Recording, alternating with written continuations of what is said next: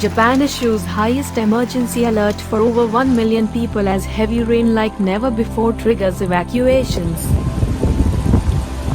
Japan's Meteorological Service has put 3 prefectures, the city of Hiroshima, on the highest possible emergency alert, which means it's too late to evacuate elsewhere, as earlier the same warning was issued for the city of Hiroshima, after several rivers running through the region were deemed at high risk of overflowing.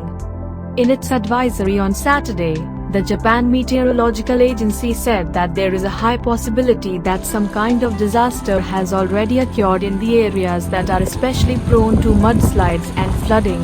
It's been raining heavily like never before.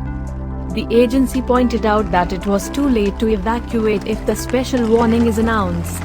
The Level 5 alert is considered to be a stage beyond evacuation, when residents are urged to take whatever action is needed to protect their lives, such as moving to a higher floor if they are hunkering down at home.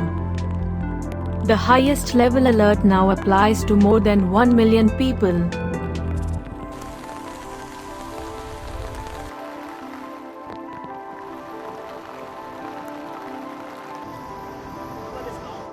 Daijoubu desu ka?